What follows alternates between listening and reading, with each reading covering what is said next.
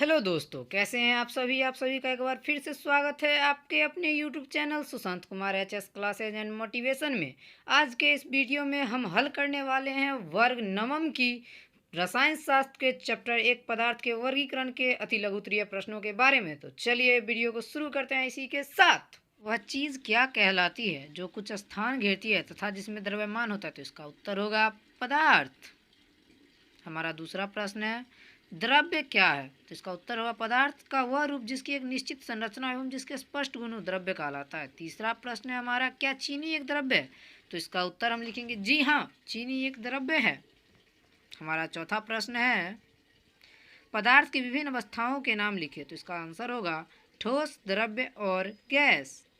हमारा पांचवा प्रश्न है, पदार्थ द्वारा स्थान क्या कहलाता है? पदार्थ द्वारा अधिकृत स्थान क्या कहलाता है? इसका आंसर होगा आयतन। हमारा छठा प्रश्न है, 10 डिग्री सेल्सियस पर जल की भौतिक अवस्था क्या होती है? तो इसका उत्तर होगा द्रव्य।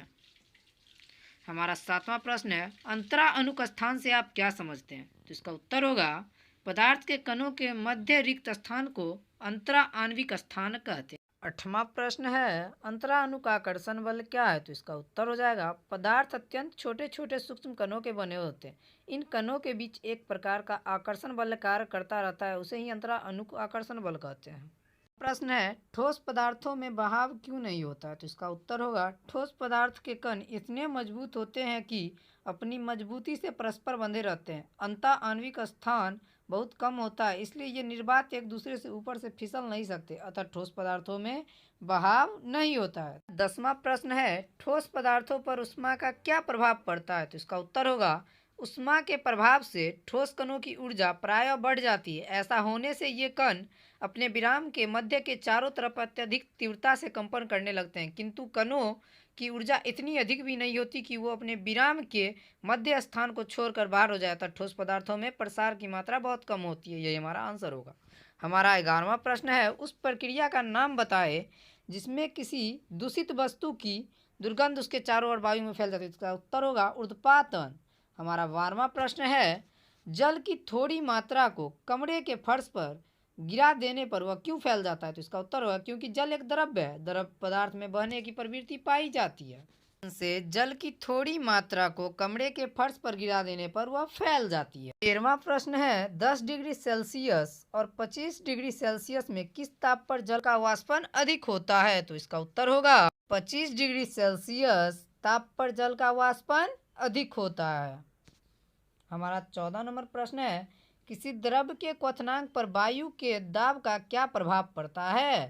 तो इसका उत्तर हो जाएगा द्रव का क्वथनांक वायुमंडल के दाब पर निर्भर करता है। वायुमंडल का दाब अधिक रहने पर द्रव का क्वथनांक भी बढ़ जाता है। इसके विपरीत वायुमंडल दाब कम रहने पर द्रव का क्वथनांक भी कम हो जाता है।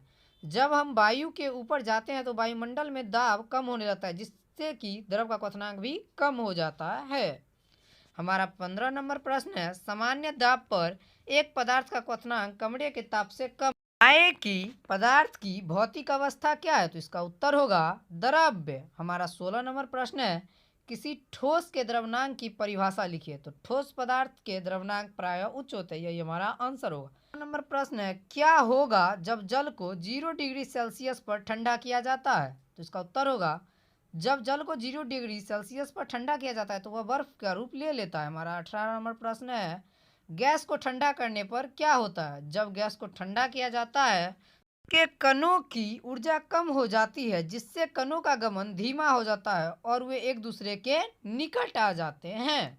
हमारा 19 नंबर प्रश्न है, अमोनिया क्लोराइड को गर्म करने पर क्या होता है? तो इसका उत्तर होगा अमोनिया क्लोराइड को गर्म करने पर वह सीधे वाष्प की अवस्था में बदल जाता है।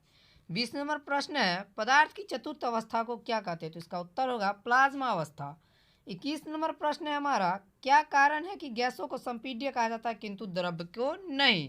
तो इसका उत्तर हो जाएगा है कि गैसों की अपेक्षा द्रव में अंतरा आणविक स्थान बहुत कम होती है। हमारा 22 नंबर प्रश्न है, उस गैस का नाम बताएं जिसकी आपूर्ति अस्पतालों में द्रव के रूप में किया जाता है।